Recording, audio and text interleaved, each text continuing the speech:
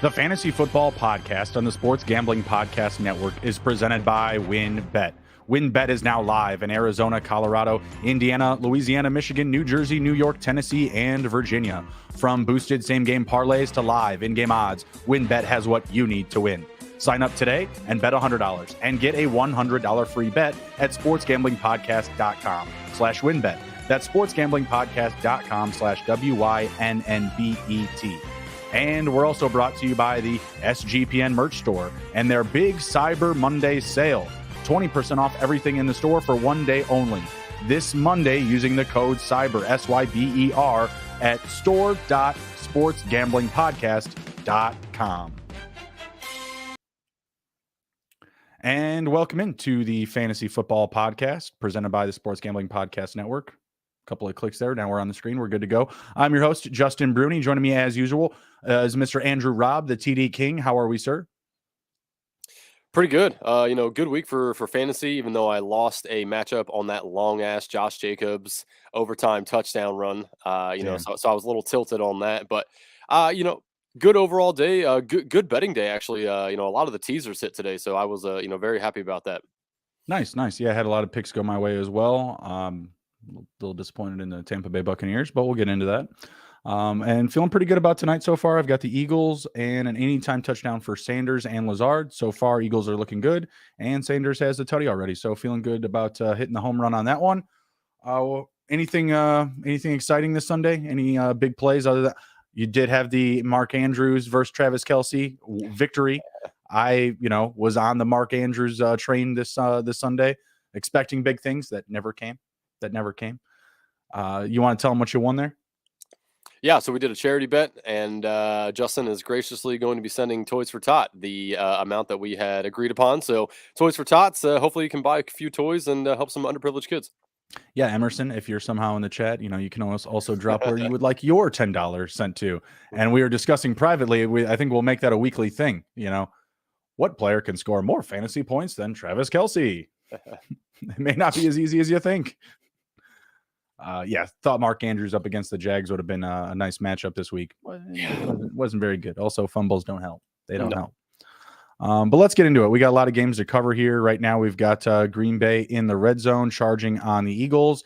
They are down 13-7. We'll definitely sprinkle in some action from there along the way.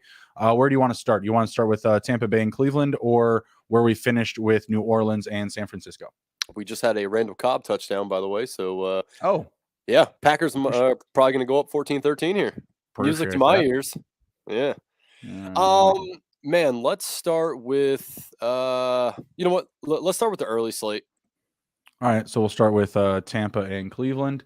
A little disappointing performance here out of Tampa Bay. Thought they would have taken home a win. I mean, it's Jacoby Brissett after all. It's the last week that the Browns can start Jacoby Brissett. You thought that the Buccaneers would, do something with that. Tom didn't look terrible, still had 2 passing touchdowns, but the efficiency, he's just missing his guys, i.e. Mike Evans, right? Only 2 catches on 9 targets this Sunday. Not something I'm going to overreact to. He's not someone that I'm leaving up as a candidate to come out of my lineups. I just feel like it was a big Chris Godwin day. A little bit more disappointed in Rashad White, was expecting better things from him. But given it was like his first week, with the backfield to himself, 14 for 64, now thinking about it, doesn't seem so bad. Amari Cooper, David Njoku, pretty relevant despite no Deshaun Watson yet, and I'm expecting their relevancy to continue to grow with Deshaun Watson coming back. Nick Chubb had a good second half, not so good in the first, finished with 26 for 116 and a touchdown. My big question for you, Andrew, is, how big are the ceilings for guys like Cooper and Njoku and even Nick Chubb with Watson back? And with him back, does that also make some of these other weapons just as reliable? DPJ, we saw Anthony Schwartz score a touchdown this week. Kareem Hunt, production right now. What are we thinking about the Watson return? Man, it's really interesting because in the preseason, we saw him a little bit, and they were not good with him behind center in the preseason. Now, take that for what it's, worth, because it is preseason. But I think it's going to take a week or two for them to really really get going with each other, to be honest. And I'm not even sure that it's fully going to get there. Njoku's probably the safest one, just due to the tight end landscape. Obviously Njoku's a big red zone threat, so I feel like you could feel pretty safe with him in your lineup, barring any setbacks with that injury. Cooper, I don't want to trust him, but I feel like you kind of have to. I mean, he has shown that he has big play potential. Obviously, Watson's going to want to show that, he has what the Browns wanted him to have when they paid all that money to go get him. So I feel like you have to start Cooper. Obviously, Chubb's fine, and I actually think Hunt's going to take a hit here, because if you remember, Deshaun Watson did not throw the ball to the running back when he was in Houston. So I don't think there's going to be many passes going to the running backs. I think that will, in fact, go to the tight ends and the wide receivers. So DPJ, I don't really want to trust him either. So really, it's just Cooper, Njoku, and Chubb. I feel like we have to trust Cooper right now. Back-to-back games with 12 targets, and he has 32 targets in his last 4 games. There was the game against Miami where he went 3 for 3 for 32. That's kind of the outlier. Then you go back to week 7. He went 3 for 4, but had 74 receiving yards. So he was able to, have a decent day. But he has, 1, 2, 3, 4, 5, 6 games with double-digit targets. Like, kind of on him now. Like, at least I don't know if you can hear me. Your mic's all like jacked up. Can you hear me now? Oh, yep, it's much better there. You cut in and out pretty hard there. Oh, sorry about that. Yeah, I was just saying, based on his target share, he has 6 games over 10 targets at least. So I feel like he should be safe with Deshaun Watson coming back. David Njoku, given the tight end landscape, I feel similarly. Any other takeaways here from Tampa? I mean, well, just a few things. One, I still think Tom Brady is a viable starter. They want to throw the ball. Rachaad White actually I thought he had a pretty good day. 4.6 yards per carry. He had 9 receptions for 45 yards. Like, that is fantastic for PPR. I know he didn't get the touchdown. But that's fine. I mean, honestly, with what he did on the day, I think that's completely fine. And we were asked this morning on the lounge, Chris Godwin or T. Higgins rest of the year, and I took Godwin, and I feel good about that. I mean, he's been getting double-digit targets, almost on a weekly basis. And today he turned 12 receptions for 110 yards and a touchdown. Like, Godwin is becoming, it seems like, the favorite target for Brady. So again, I don't want to overreact on the Mike Evans thing, even though I think I did see him on the side of a milk carton on Twitter. So he still had 9 targets. Like, he's not someone that I'm going to overreact to. The Rachaad White production at the receptions, I forgot to note on. And it's more of like an outlier production. I was more focused on his run game production, because that's where they really need somebody to just kind of turn it around. And we saw something similar to what we've already seen in weeks past. 14 for 65, not so great, but the 9 catches are absolutely solid. How much should we expect him to go over 5 or 6 going forward, though? I don't know how much I would trust that. Jalen Hurts to the house. Just pushed out. The only thing I'll say on White is, as long as Lenny's out, he's all but automatic in my lineups, whether it's a flex or a running back spot. So 1,000%. And honestly, even when Fournette comes back, I feel like he's going to have a role. They were already starting to feed him more touches, get him more included in the offense. So I think Rachaad White's going to be someone that we should, with Leonard Fournette back, he's more of that fringe flex play. I think when he's in, he's going to be just fine. He's going to be very reliable for you. If they're both healthy, I think it's similar to, your Commanders with Gibson and a Brian Robinson. Yep. Okay. This next game we have up is the Bengals and the Tennessee Titans. Pretty solid game. As Joe Burrow would say, this is a great team win. Great teams win games like this. Burrow in the passing offense, pretty solid, 22 for 37, 270 passing yards, just the 1 touchdown. Nothing from Tannehill. Samaje Perine was surprisingly reliable today. 17 carries, 58 rushing yards. Not very efficient, but he did have the touchdown. Loved what we saw out of T. Higgins. Would have loved to see more out of Tyler Boyd. Oh, I know. With Chase coming back, I have to feel like, we may trust Boyd a little bit less. We're, going to be firing up Higgins in all formats. Hayden Hurst, still super reliable, 6 for 57. Derrick Henry had an interesting situation this week on my God, on that huge play. I had both Derrick Henry and Treylon Burks on the same fantasy roster, so that was cool to see happen. Hey, buddy, here's one for you. And Burks had a decent day, 4 for 70. If you spent any waiver fob on him on some, more shallow leagues, like basic, redraft 12-team leagues. He definitely brought home some production for you this week. Obviously, the random touchdown, a la Derrick Henry. And Derrick Henry, 3 for 79 in the air, 38 rushing yards.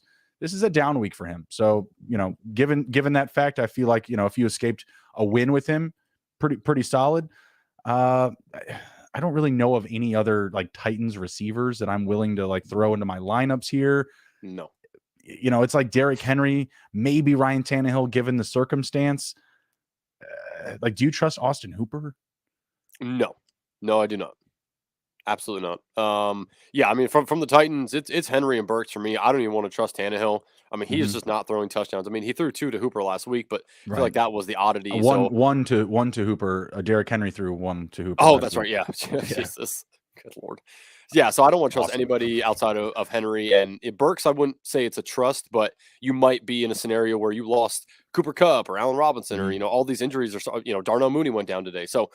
And you never know when your player's going to fall on a touchdown. Yeah, you can probably count that every week, So, on the Bengals side, though, we got asked a lot this morning about the Pirine, what to do with Pirine, and he was fine. He wasn't fantastic, but he was all right. He was good in the first half. He had, I believe, 60 total yards in the first half, and then about 30 some odd in the second. So had a good start.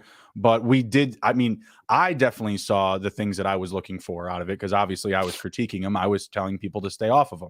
I was seeing some of that, but I also saw the opposite of what like you and Emerson and even Dave had mentioned about just being included in the passing game. And to me, that's still what made his day. I was assuming that they may go to Williams or Evans, in the passing game still, even with him there, so that really made his day. So you got to love the 4 catches for 35. Yeah, he was fine. Obviously, when Mixon comes back, you don't want to have him in your lineup. Even though I do think that they are not going to probably give Mixon a full workload when he comes back. I just wouldn't trust putting Pirine in there. It's funny with Boyd, like he has been significantly less effective and used since Chase went out. When Chase, he was like a top 15 wide receiver in total fantasy points when Chase was in the lineup. It makes 0 sense.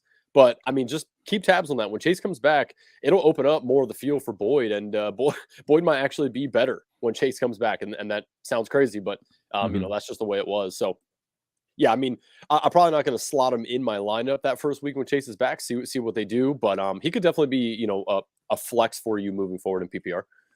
Yeah, going into the end of the season, I mean, if you have options to pivot off of him, he's definitely a guy that I'm going to feel comfortable keeping on my bench. Would you do Burks or Boyd?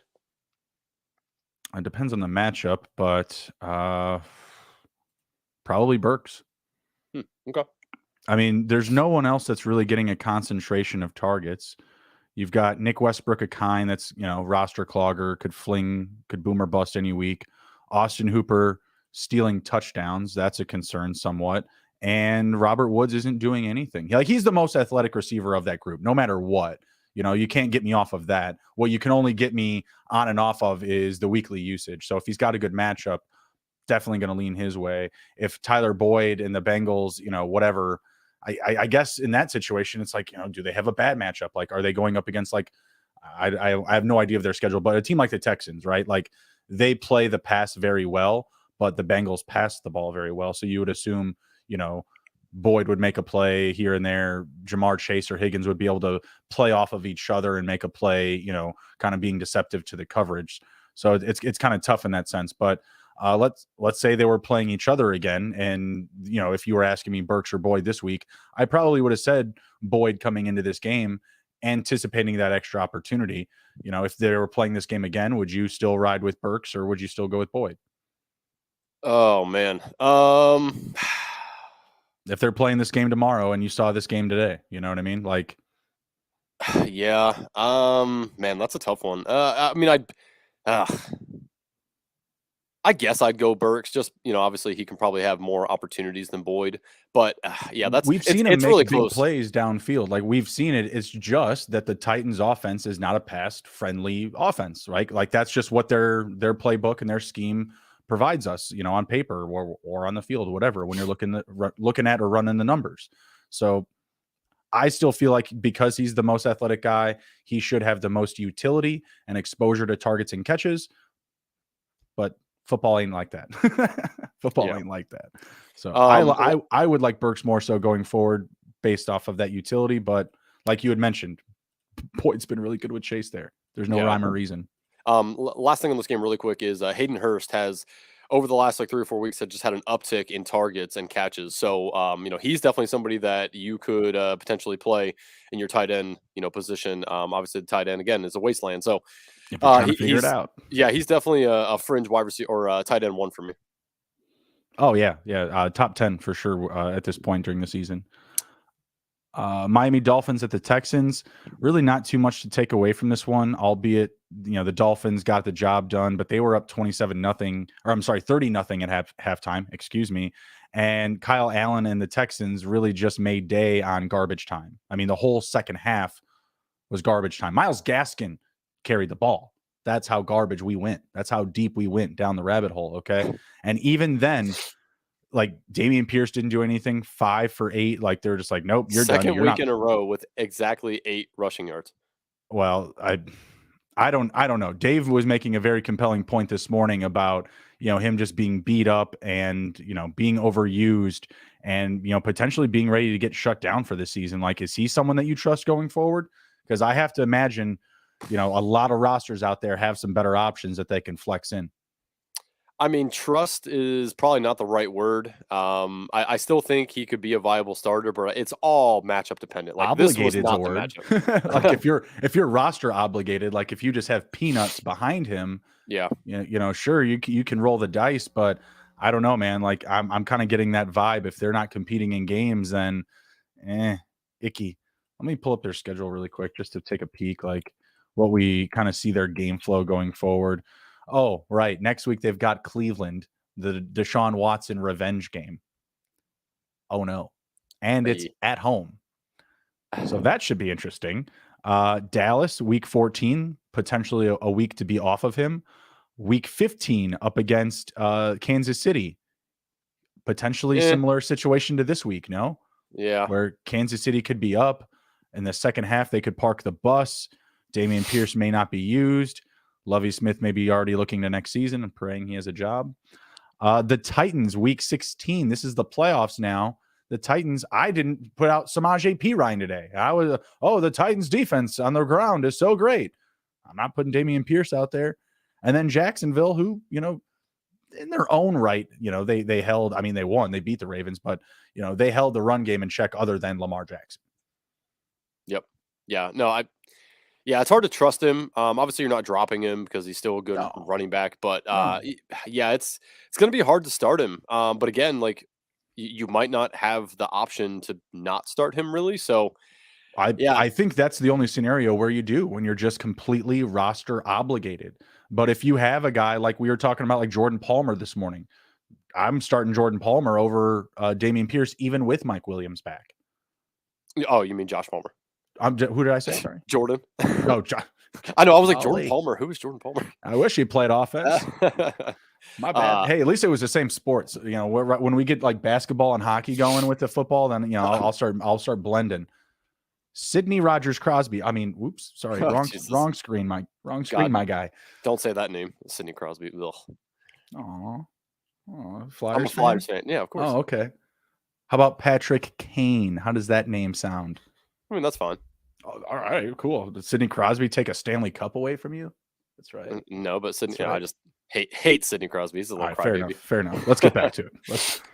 So yeah, I mean, on this game, nothing on the Texans that we really need to go over anymore. But, on the Dolphins side, kind of a weird game. Like neither side really killed it, rushing or passing. Tua was 299 and 1. Yeah, but they barely played in the second half. Like they weren't even trying. You know what I mean? Like this production that you're looking at from the Dolphins is pretty much half a game. It's like half a game of production. Skylar Thompson had 5 passing attempts at one point. So like there's really nothing to really take away from the Dolphins here. I was surprised that Jeff Wilson didn't get used as much in that garbage time, but I think that's a good thing for Jeff Wilson owners. He got the touchdown today.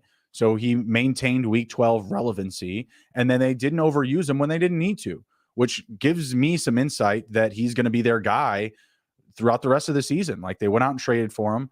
it seemed like he was being prioritized over Mostert, even when they played his first game against the Bears, like his first week as a Dolphin, and so it feels like he's a very trustworthy going forward. And I feel like, yeah, it doesn't look like on paper he had some amazing day, but I do feel like, the way that they did use him is kind of a telling tale for what we should expect going forward. Yeah, no, I don't disagree, whatsoever. It did suck that they took him out. I mean, I had so much of them in the battle, the underdog battle royales. Mm-hmm. So it sucked that they took him out, but it's better than them getting injured, I guess. But I and don't know. He's a great pick for something like that because, again, Houston is so terrible up against the run, but they were so bad, period, so quickly. Like it's tough. Yeah, I don't have anything else on this game. You know who to start from these teams. Yeah, and don't overreact to Brandon Cooks either. Again, production in garbage time. I'm not starting Brandon Cooks. I'm not starting Nico Collins. Sure, you might be in like some 14 or 16 team leagues where those guys are going to hold more relevancy, but in majority of formats, you need to be pivoting off of those guys. You can't be expecting, mediocre production, when literally the other team's defense isn't trying in the second half. Yep. All right, next up, we've got the Bears and the Jets. This game was kind of fun to start, but then the Jets really took it away. The great Mike White showing up 22 for 28, one of the more efficient quarterbacks of Week 12 with 315 passing yards and 3 passing touchdowns. Man, disappointing day for Michael Carter, I felt. Where were all those catches that we were talking about? Oh, that's right. Garrett Wilson was taking him for touchdowns, 5 for 95 and 2 receiving touchdowns. He would be the guy that I trust the most here going forward. It seems like he has been a lot better with Joe Flacco, with Mike White, everyone but Zach Wilson, essentially, at quarterback there for the Jets. So he feels like the biggest trust candidate. Michael Carter, I feel like better weeks are ahead, but like, was there something that you saw from this game where he just wasn't getting spelled up, or is this getting like similar vibes to like that Dolphins Houston matchup where, hey, we got bigger weeks ahead. We're a real deal in this division now. Really, the only thing I can say just from watching the game was it seemed like once the Jets realized they could throw the ball, they didn't want to stop doing it. So I mean, really, that was the only thing I could take away. I mean, they how many people called a pass here? Everybody. 10? Yeah, like once they realized that they could throw the ball in the Bears, they just didn't want to stop doing it. I mean, that's the only thing I could think of. And I mean, who the hell is Zonovan Knight? Leading rusher for the Jets. Isn't he? Yeah, he's a little guy. I don't know. It didn't make any sense to me, but I don't really have any 209. Oh my God. I don't really have any bead on like why they didn't use Michael Carter a little more. Did he get hurt by any chance? I don't know. Let's see if I can pull it up here because I did have him on some squads. Yeah. Also, I could use Miles Sanders to stop, scoring touchdowns. He's going to cost me a week. I have him on my financial teams. Yeah, it's no good for y'all.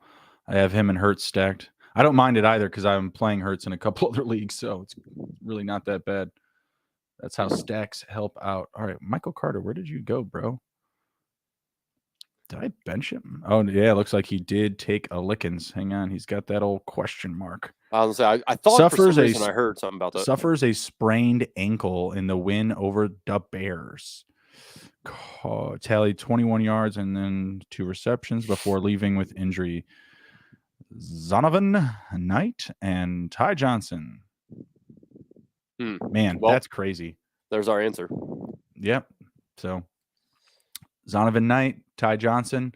I would prefer the Ty Johnson side of that because he is more reliable as far as like a pass catcher. But it looks like Knight had 3 catches as well. Johnson just had 1. So looks like they don't mind giving him the ball as well. Zonovan Knight named to pencil in for the FOB and waiver wire discussion. Probably if you own Michael Carter, or maybe even Dameon Pierce. We just got done just dragging Dameon Pierce through the dirt.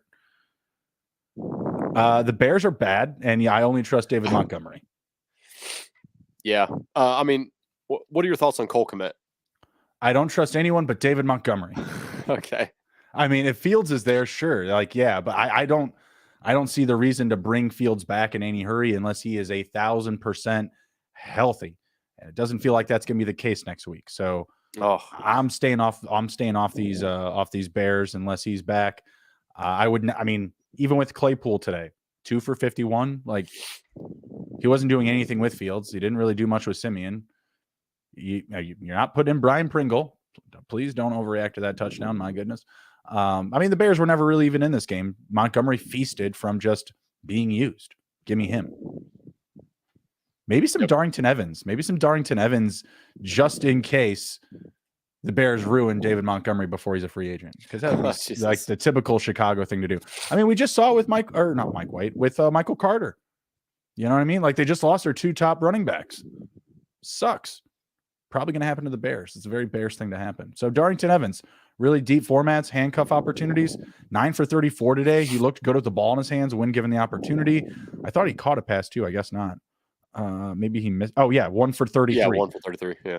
Yeah, 1 for 33, and then 9 carries for 34 rushing yards.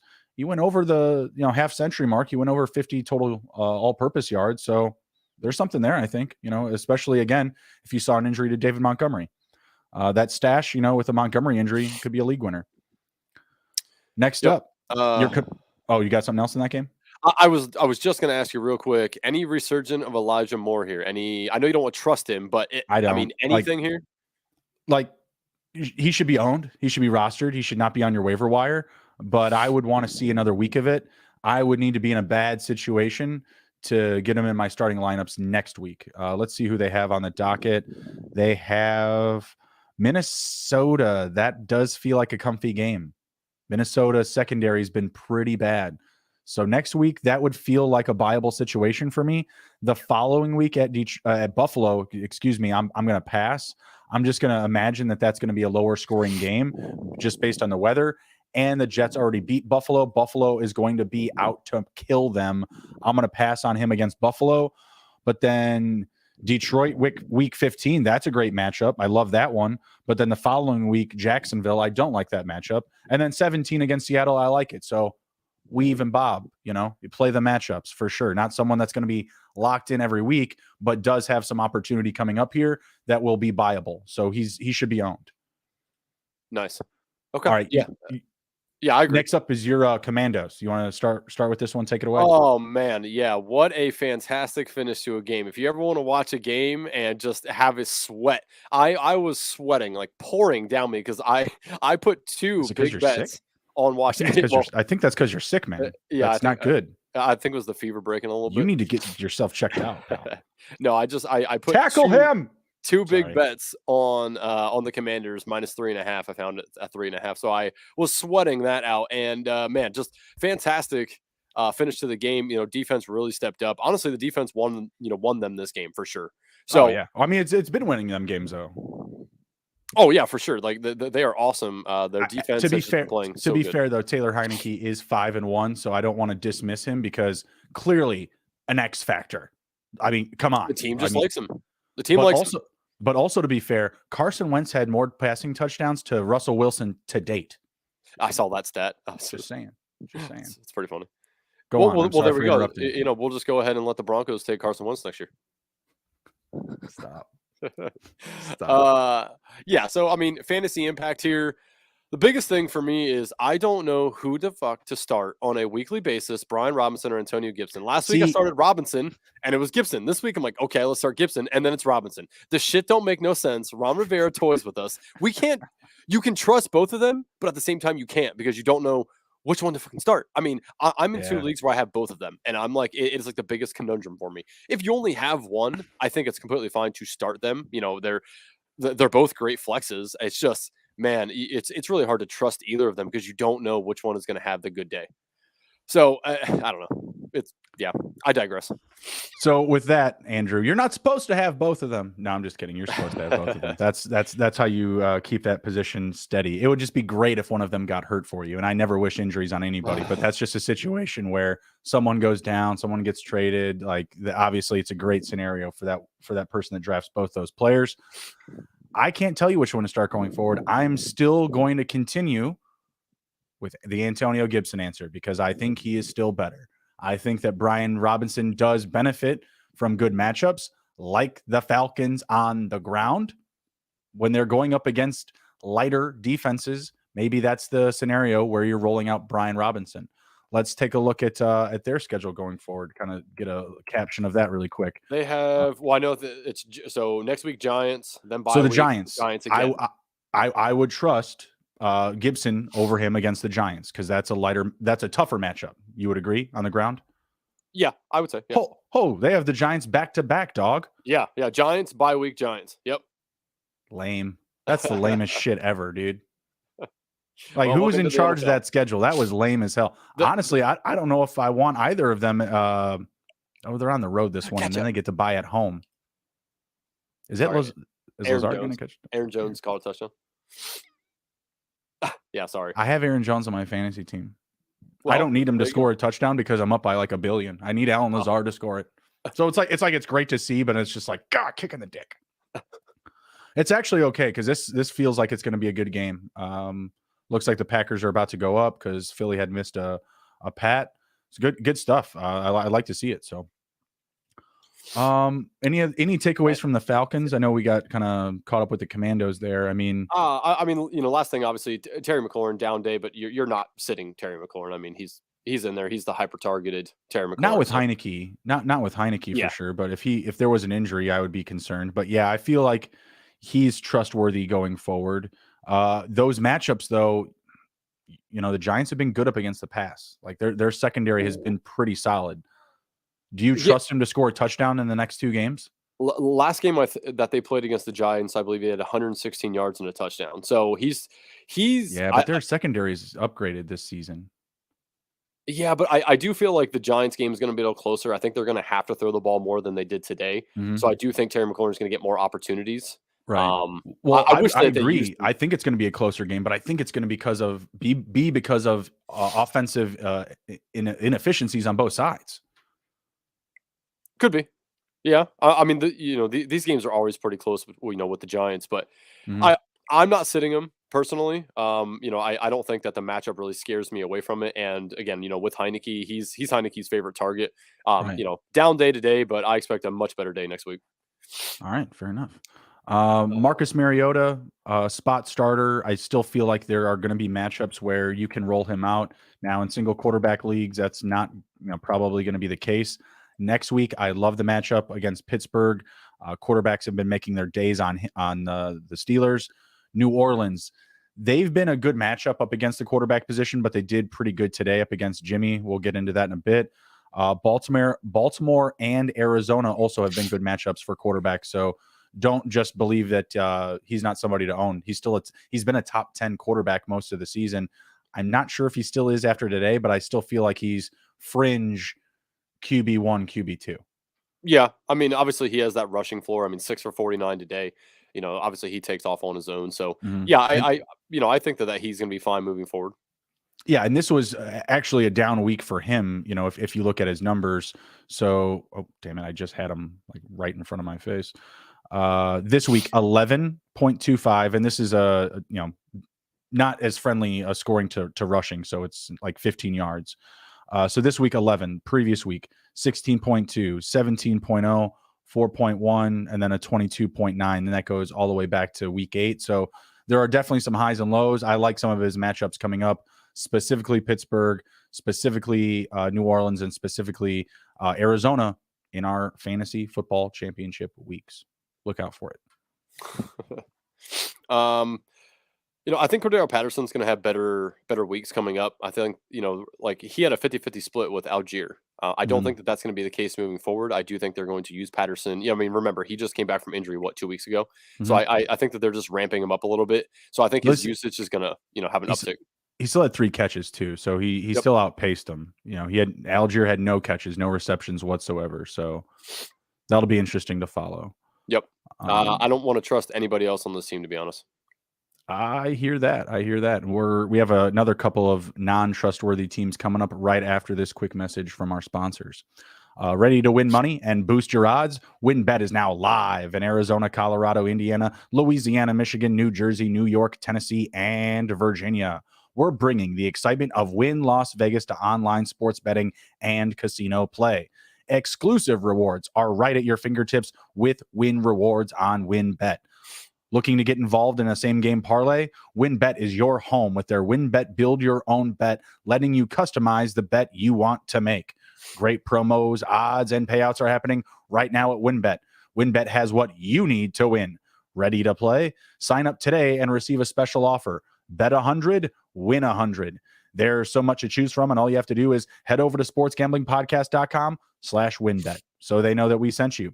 That's sportsgamblingpodcast.com/WYNNBET to claim your free bet today. Offer subject to change, terms and conditions at winbet.com. Must be 21 or older and present in the state where playthrough WinBet is available. If you or someone you know has a gambling problem, please call 1-800-522-4700. Tomorrow, Cyber Monday sale. 20% off everything in the merch store using the promo code CYBER. That is CYBER. At store.sportsgamblingpodcast.com. 1 day only. That is tomorrow. If anybody's looking for any recommendations, because I obviously, have a shit ton of merch from the store.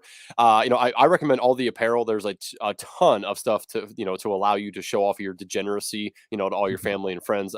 I love it because my mom was like, "The hell is a sports gambling podcast?" So, I got into it with her. So, I recommend all the apparel. They have for every single, brand that we offer, whether it's fantasy football or the Die Hard Eagles podcast, regular sports gambling podcast, they have a bunch of different mugs as well. I use mine almost daily to drink my coffee.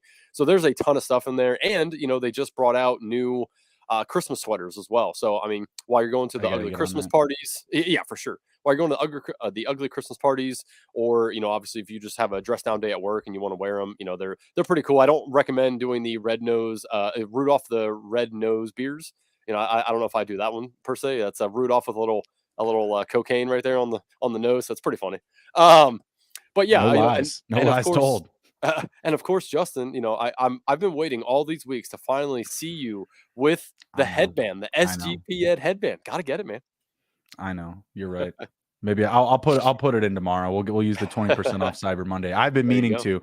It's just like every time I go, like I want something that's more expensive. Oh, of course, yeah.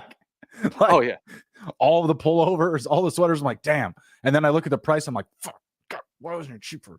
Well, look at that Cyber Monday sale, 20% off. I know. Go get it. And then I'm always like, man, I'm just about to get paid. I don't want to be spending my money.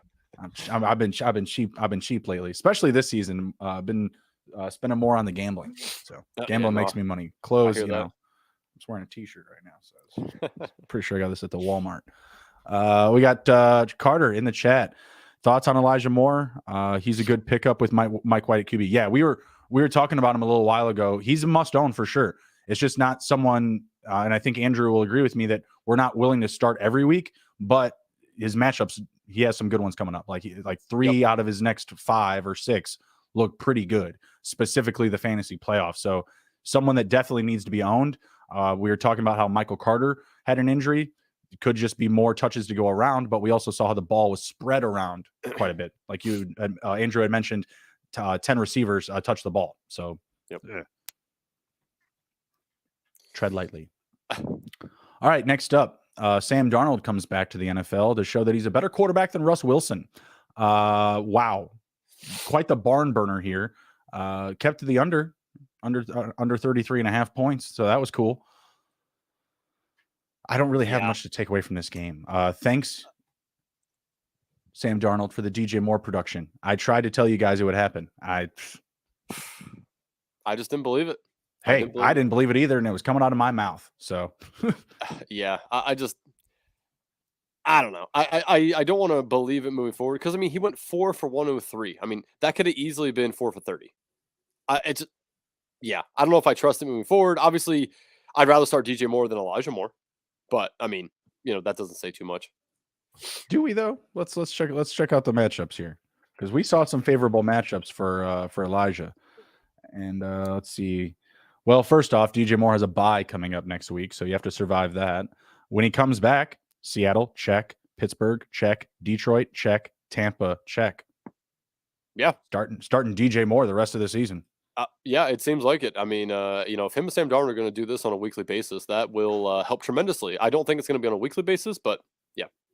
I'm not dropping Slayton right now. He's looked too good. Which more?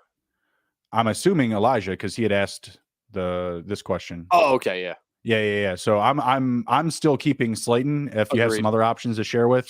It's just his ADOT. Like he's that deep ball threat for the Giants. Their offense is taking progressions from years past. You shouldn't completely distrust them because Dan Jones is their quarterback or that they run a lot, they're still going to get their guys touches. And Wan'Dale Robinson, I believe, had an injury last week too. I'm not sure where he's at, going I think forward. he's out. Oh, he's out. So yeah, I mean, we saw Richie James score a touchdown. I'm not saying that, you should be going to pick him up, but you're going to see Slayton have a continued role here. Definitely not a drop candidate for me. Nope. Agreed. I'd rather have Slayton than anyone on the Broncos. Oh my God. Even Courtland Sutton. Get out of here. No. I have been off of the Broncos all season. I wasn't buying into Russ coming in. If there was someone that I wanted, it was Jerry Jeudy because his ADP was friendlier. Javonte Williams was the guy, and that was it. Such disrespect for Courtland Sutton. So let me ask you, you think today Russell Wilson had an awful day, right? Terrible day. No, this is one of his better games, and he did not very good. He threw for 142 yards, and Sutton had more than half of that. Right. That's fantastic. Sutton's workload is steady. It's steady. It's not going to go down. He's going to have to pass it to Sutton. Let me look at the schedule here. So Baltimore, mid-tier, he should have a decent game. Kansas City, good matchup. Arizona, good matchup. These matchups are actually pretty decent. I might have to bite my tongue here because he's got the Rams and KC. He's got KC twice. He's got Arizona. I'd highlighted Arizona as a top team to target for wide receiver streams. Yeah, I mean, Baltimore, and that's about it that you would really be concerned about.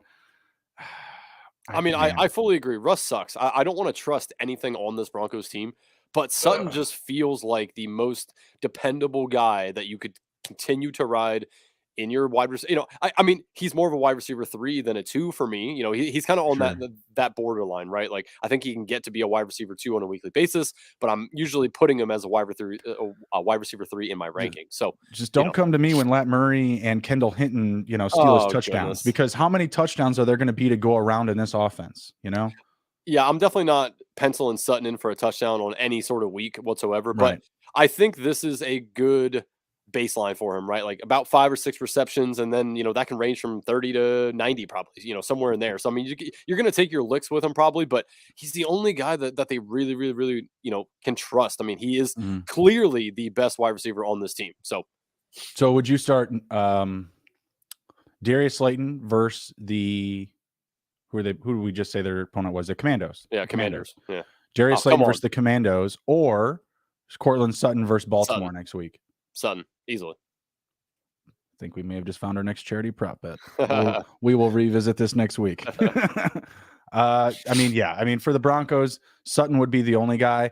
I just know that you and I play in a lot of deeper leagues. I feel like there's a lot of listeners out there and a lot of viewers that have Sutton in leagues where they have better options. Like we've seen the questions in the chat, right? Where we get these teams asking questions with loaded rosters. And in those circumstances, I feel like there are going to be a lot of owners that have better options than Courtland Sutton because he won't have that booming ability that week, Yep. I have a league where I have to weekly figure out who I want to start between Sutton and Gabe Davis. So for you, who is that? Gabe Davis. Yeah. Higher ceiling. Correct. Higher ceiling, but the floor is much lower because, I mean, Gabe Davis could go 3 targets, 0 catches. I mean, it's just a weird thing. I still feel that narrative is still very relevant for Courtland Sutton. While he hasn't done that in 3 games, he's still, to me, because he is on that offense and because he is playing with Russell Wilson, he has that dud ability because the Broncos offense in general just has dud ability. If that's a word, it's now getting thrown on t-shirts. I started Singletary this week over Sanders. Sanders has 20 right now. Start Sanders the rest of the year. Well, I think it's all matchup dependent, to be fully honest. Exactly. Yep. So let's pull up the matchups because we only have so many left. It's really not that difficult to do this. So next week up against Tennessee, that doesn't feel as safe because the Titans are a good defense up against the run. Singletary next week has... who do the Bills play? Thursday night, the Patriots. So that's a tough one between the two. I would probably lean Devin Singletary there because I trust the secondary more so for the Patriots to maybe, slow down the passing game more so than the Titans. The Titans passing game, no matter what, they're going to be letting, not just Sanders, but like Gainwell and Boston Scott get catches, Devonta Smith, like they're going to be in the red zone a lot. So I would probably go with Miles Sanders there still. Yeah, man, that's a very tough one. I'll probably have them extremely close in my rankings, but Mhm. um, uh, yeah, I guess I'd take Sanders. It's just a better I don't offense feel good about it though. in my opinion. Like right now, from what we've seen from the Bills, like they've been a little bit more stagnant. I trust them to score points, but they'll also divvy the ball up. I don't think Allen scored a Yeah, I rushing mean touchdown in a little while. both quarterbacks run the ball as well, so I mean Mhm. you're kind of in the same scenario with both of them. I guess more opportunities for Sanders probably, so Mhm. that's probably why I lean Sanders, but I don't feel good about it. It's going to be close. Mhm. All right. Next up, we've got Baltimore and Jacksonville. Baltimore, super disappointing, man. I mean, you and I Ugh. were going back and forth of this, like texting today, just like, why aren't they better in the red zone? This is a team that scores like 54, 55% of the time when they get down to the red zone. They go on the road to Jacksonville, and it's like they're playing this game in Antarctica. Like, I don't get it. Lamar, he did what he does on the ground, 14 for 89, but I felt like it was almost at the cost of losing the game at a certain point, because they were just like, hey, go ahead, run. You ain't going to beat us on it. It's not like he found Patered. He didn't score a touchdown on the ground. Definitely helped out his fantasy prospects. Trevor Lawrence, we had talked about him earlier today being an option between him and Derek Carr. Wound up coming down to the turnovers. Trevor Lawrence was the better option, and I believe most of us I took leaned that Lawrence. way. Yep. Yep. Any update on the ETN injury? Should we be actually worried He's that? Nope, he's That good to go. He's okay, fine. Yeah, yeah. It came up saying that he was actually on the sidelines like almost the entire second half. Then they said gotcha. he could come back in, but they didn't feel necessary to do so. And he actually tweeted out or said Mhm, to one of the reporters that he's good to go next week. So he's fine.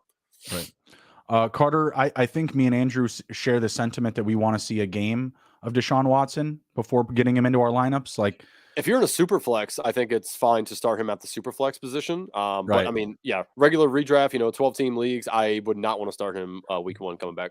My assumption though is if you are a successful team right now and you are in super flex formats, you've had other guys to get you to this point. I'm still trusting those other guys still probably because I What don't if that's love. guys Heineke? I'm going with Heineke. Yeah, I Okay. mean against the Giants. So here's the thing with that.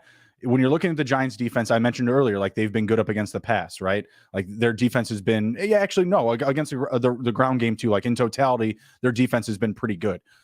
Houston has been good at stopping the pass, right? I don't want to roll out Deshaun Watson in that specific matchup because if he does struggle, I could see them winning the game and him still coming out with like a passing touchdown, a rushing touchdown, and 2 interceptions. You know what I mean? So let's play a game here real quick. I'm going to ask you a quarterback. You let me know when Watson's the guy that you're going to go over this quarterback. Uh, Fire. Mike White. Mike White. Okay. Trevor Simeon. Deshaun Watson. I don't know the Okay. matchup for the Bears, but probably Deshaun Watson. The Bears have the Packers. Yes, Deshaun Watson. Okay. Kyle Allen. Deshaun Watson. Okay. Let's see here. Jared Goff. Jared Goff. Okay. Marcus Mariota, I'm assuming. Marcus Mariota. Okay, and I'm assuming you are not playing. Oh my God, what's the Rams quarterback pick? Bryce Perkins. Yeah, Perkins. Yeah, I'm No, assuming I'll take Watson. Deshaun. I'll take Okay, Deshaun. so really, okay. You know what? Last one for the Saints, whoever they're rolling out, whether it's Taysom Hill or Dalton or That's tough. That's tough. Who? No, I got to know who they're playing. I got to know who the Saints the are playing. Saints are That's playing tough. the Bucks. They've got Olave though. That's a division game. Shit. I guess I'll take Dalton. Fuck it. Okay, so really, there's only I like his weapons a lot. Like even Kamara, who pissed me off today. Like I still like his weapons a lot. So okay, so really, there's only maybe 3 or 4 quarterbacks, like realistically, that we could start in a super flex league that you would start Watson over. right, yeah. And like I said, it's a wait and see for that Matt first Ryan. week. Probably Matt Ryan. Okay. Probably Matt. I mean, The like Jeff Saturday in that offense, they're looking good right now. Yeah, You the can't be. You Colts have can't the be. Cowgirls. It's not a great matchup. Yeah. It's not good on paper, that's for sure. I'm just saying, like, it's not a good matchup for quarterbacks in general. Tua today, they won. They were up 30 at halftime, man. He only had one total touchdown. Like, it's not an ideal matchup for quarterbacks. I want to wait and see 1 week. There's also all the emotions involved about the return of Watson. There's going to be some pressure on him, who has only been playing preseason football for the last 2 seasons. You also have, there's going to be pressure from Houston to perform in this game. Like, I don't know how it will be back channeled from the owner's box to the locker room, but the message is going to get there. Like, let's be real. Like, they are going to try and shut him down. So expect a few special things and some exotic packages, we'll say, from that defensive line. Like, Deshaun Watson is known as a quarterback who likes to take sacks. Or not doesn't like to, but he just does. He extends himself to take sacks, I should say. Yep. No one likes to take a sack. Let's see. He says, I'm low on QBs. Had Brissett play this week, so I'm looking for a top tier, hoping Watson to be that guy. Well, yeah, I mean, if you're a Brissett owner, like, that's it. Like, time's up. Yep. So you're starting Watson if that's the case. But if you have other quarterbacks to pivot off of, most of the guys in the league, I'm starting over him, other than a few that Andrew had brought up. Yep. Let's see here. Not Jacksonville. We just finished that one. The Chargers, go, came back and beat down the Arizona Cardinals 25-24. Justin Herbert is that dude. Even led the team in rushing yards, 4 for 38. What the hell? Yeah, big Eckler day in the air, 11 catches, 60 receiving yards, and a tutty. DeAndre Carter, go away. Okay, like, what the hell were you doing? Palmer, relevant. Keenan Allen, relevant. Gerald Everett, meh, so-so. A lot of these guys you're going to be firing up regardless, even with Mike Williams coming back, a la Keenan Allen, Josh Palmer. I did it again. Josh Palmer. Not starting Eckler with Williams back. I'm not really buying into the Carter production. I think I just said Eckler. I meant Carter. I'm not buying into the Carter production. Not someone that I'm looking to, target in weeks coming up here. If you saw an injury to another one of these guys like Everett or Allen, maybe we could start that conversation. But I just felt like it was the matchup. Like, again, I had mentioned earlier, this is a great stream option for wide receivers, the Cardinals defense being. So yeah, not overreacting to that. I sure hope Eckler runs the ball better in upcoming weeks.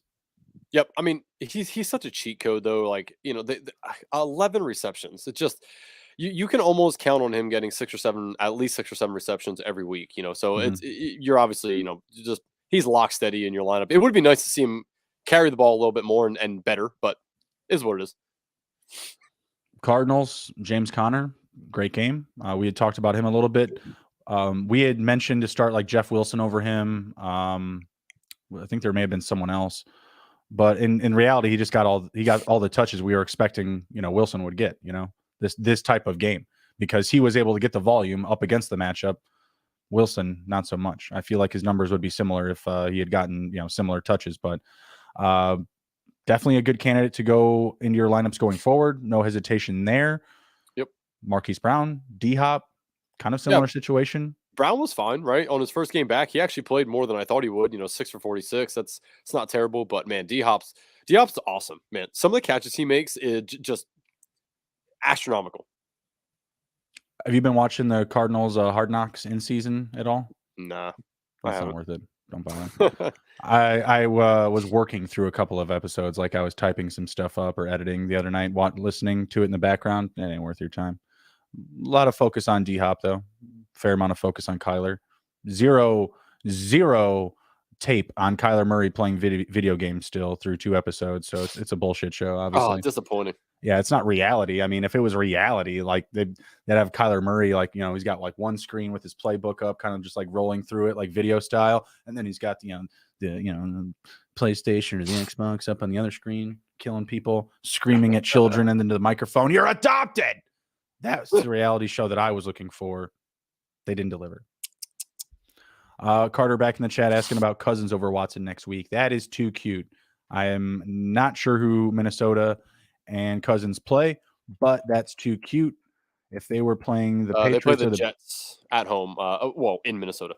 Yeah, I'm taking Cousins there, bud. Yep. No hesitation.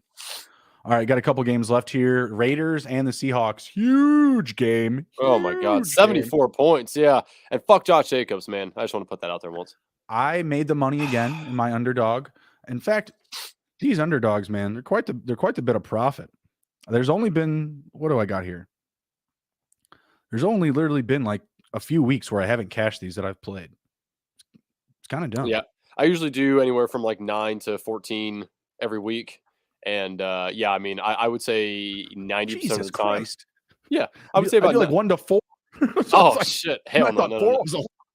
No, man, I'm trying to hit the home run, so I like to do about, 9 to 15 somewhere in there, but yeah, I would say there's probably 90% of the weeks I had a good return on in my investment. So, yeah, I love these things.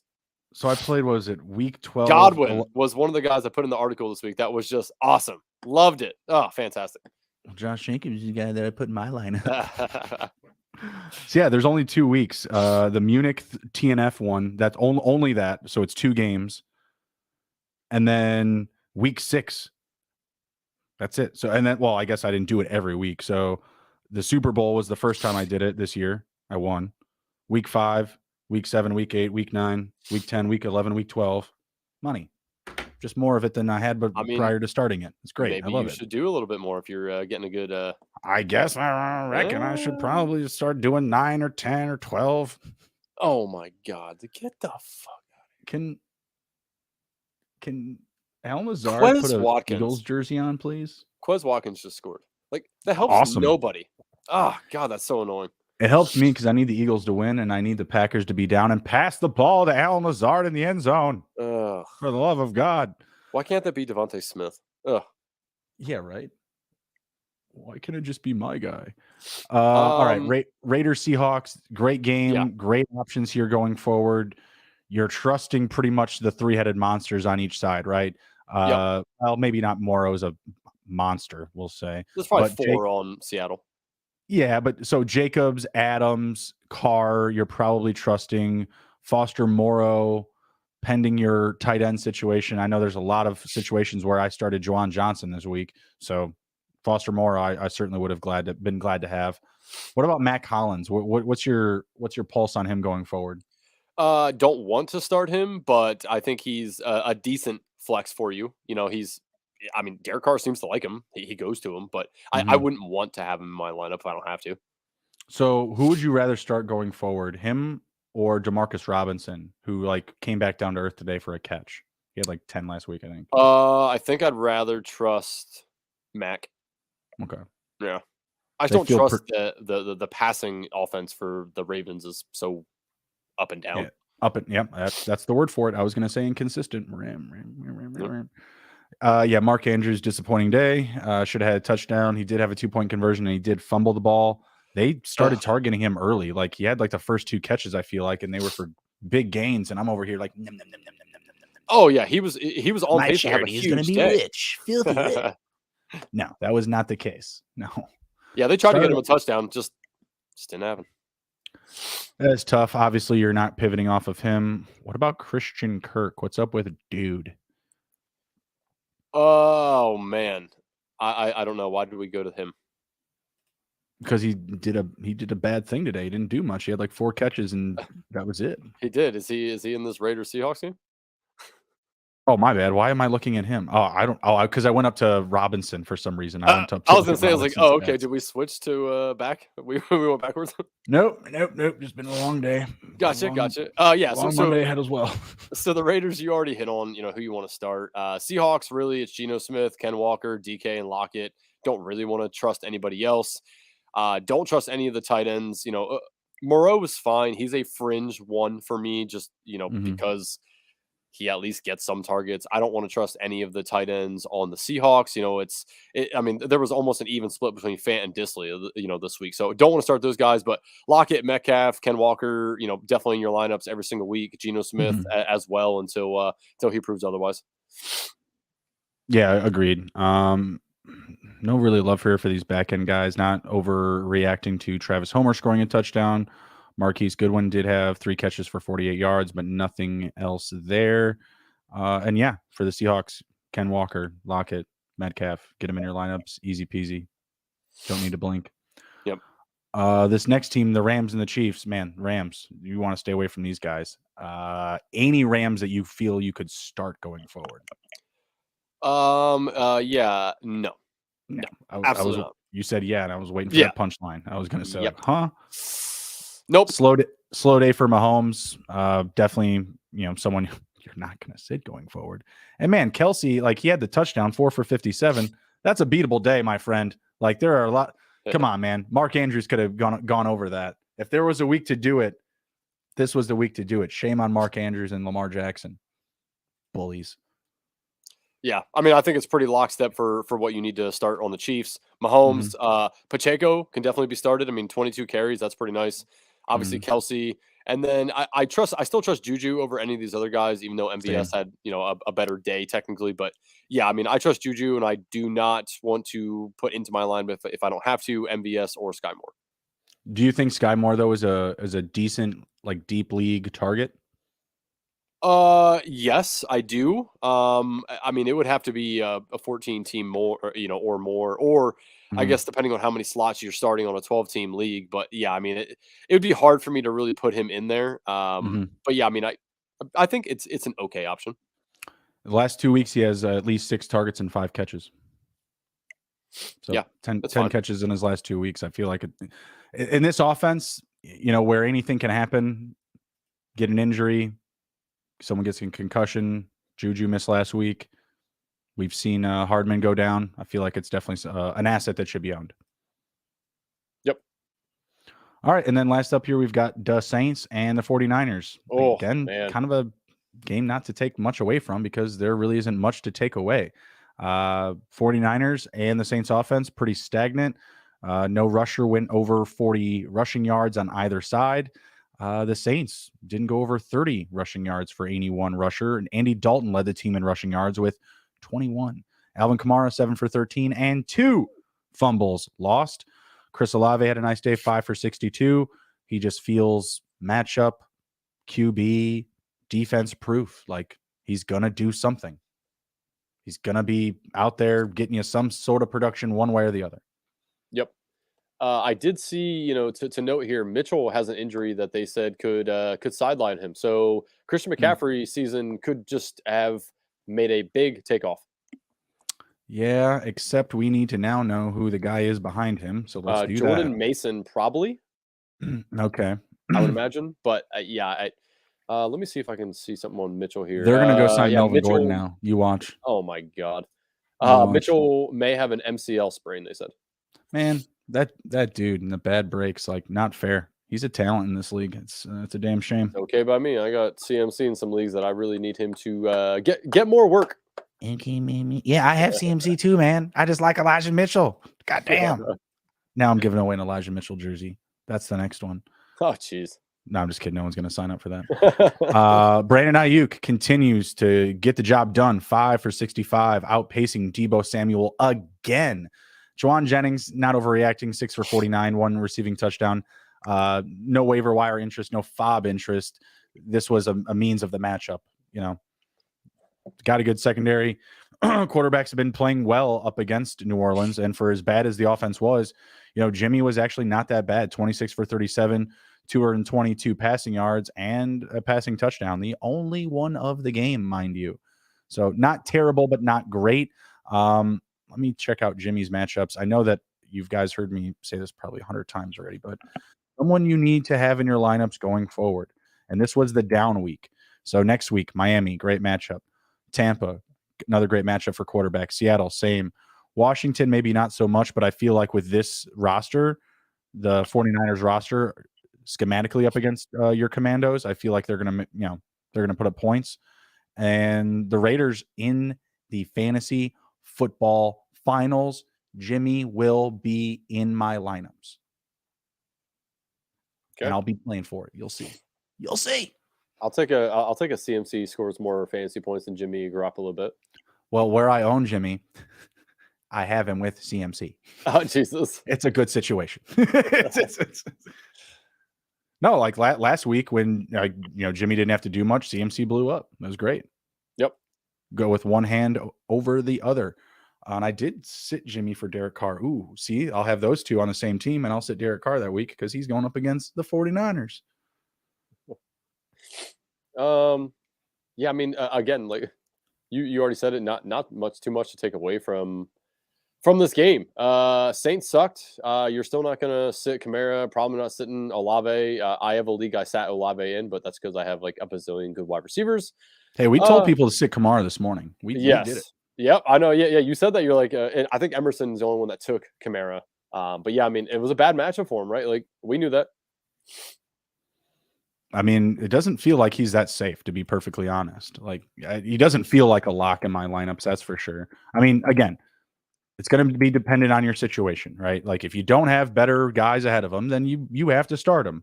But if there are some legitimate options on your bench alongside him, he needs to be considered. His last 4 games, 5.3, 9.9, 6.0, and 7.1. Those aren't Alvin Kamara numbers. Rip the name off the back of the jersey, folks. Like, and next week he's got Tampa Bay. Definitely a better matchup for catching the ball out of the backfield. Maybe not so much on running on the ground. Although Nick Chubb had a great day today. Atlanta, that's a good matchup in week 15. You're going to feel comfortable rolling him out. Cleveland, week 16. They've been bad up against the run, so that's not terrible. And the Eagles, who also haven't been good up against the run, but they've uploaded recently. So that's kind of like a wait and see scenario. Like, is Lanville Joseph, is Ndamukong Suh actually making a difference by that time? Those details will come in the upcoming weeks. Yep. Question for you, dynasty wise, because again, I'm new to dynasty. I've only done it like 2 years now. But would you go trade Kamara, knowing that next year he's probably going to be suspended for 4 to 6 games? Probably. Would you go trade him right now if you can? I would trade him away for sure. The only big thing I feel that can change the tide for his dynasty value is if he actually gets off the Saints. So if they're able to move him and you see him go to, somewhere with a more reliable quarterback, more schematically aesthetic, offense, right? Like I don't know. I'm trying to think of like a Kansas City, right? Like if they went out and got him, I know that's kind of just like the blurb because they just need a running back. If he went to Buffalo, they need a running back, right? Or at least so they've expressed. They want that pass catching back. Those type of situations where he's moved and the situation is upgraded, that's a buy situation. All other signals say that he's a sell candidate, period. And he kind of has been, like I said, like the past 4 weeks, most of the season. I think he's only scored 1 touchdown this year. 1. Yep. Just pulled it up. 1. It was on the ground. It's crazy. So, and he's 27. He's obviously getting older. The issue is that you're not going to get much stock for him. Like, you're not going to get back a high draft pick, for 2023. I feel like if you got a 2024 first for him, that's a win. 2023 first would be a win too. I just don't think it's very likely that that'll happen. Yeah. All right. I was just throwing that out there just to, Yeah. Don't get me wrong. Like, you could probably get a second or a third for him easy. Like, you'll get those trades done with more quickness, less negotiating. But are you getting that full value back on a guy that, he'll probably give you at least 2 solid more seasons. So that's up to you or others to decide, what you're willing to give up for that. Okay. All right, cool. Anything else to close down the episode, sir? No, I don't think so. Yeah, hold on. Actually, one thing here. Let's see. Debo. I thought I saw him walk off. Here. Void. Oh, it says avoids injury scare. Okay, he's fine. Oh, Alan Lazard hasn't done a single thing. That's great. Oh, thank God I didn't play him. Not a single thing. Well, I had him scoring a touchdown, so it's not ideal. Randall Cobb is scoring the touchdown, so not looking good. Christian Watson's only got a catch for 21 yards. I'm sorry for everybody that fell into that trap. Oh wait, that's me. Just kidding. I just took him off my taxi squad. I don't think that's falling into a trap. Yeah. All right, cool. Take care. Be well. Be good, everybody. If you can't be good at it. We will see you around later.